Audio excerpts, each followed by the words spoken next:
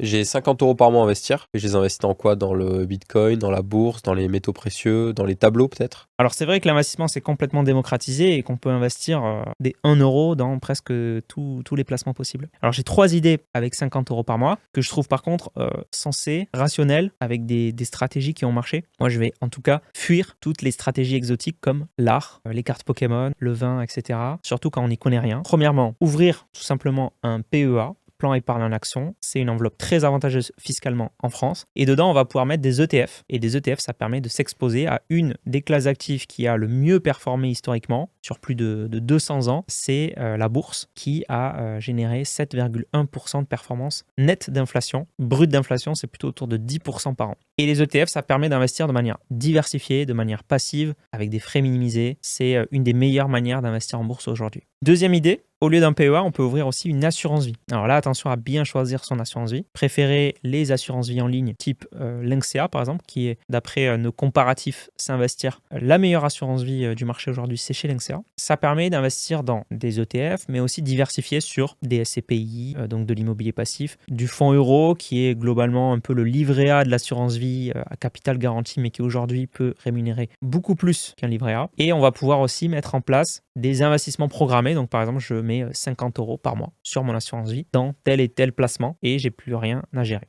Et l'assurance vie a des avantages fiscaux notamment. Troisième idée, et peut-être qu'il faut commencer par là, parce que avant d'investir le moindre euro, il faut vraiment comprendre ce que tu fais, comprendre les risques. Eh bien, c'est peut-être investir dans tes compétences, donc dans des bouquins ou dans des formations, pour apprendre et bien investir. Et donc ça doit être même l'étape numéro 1. Et ça, finalement, si tu le fais tôt, ça peut être celui qui a le meilleur retour sur investissement. Ça peut être très bénéfique et ça va te servir ensuite toute ta vie. Je parle d'investissement tous les jours et t'es toujours pas abonné. Alors si tu veux te lancer, bien gérer tes finances personnelles et appliquer des stratégies simples et efficaces, abonne-toi.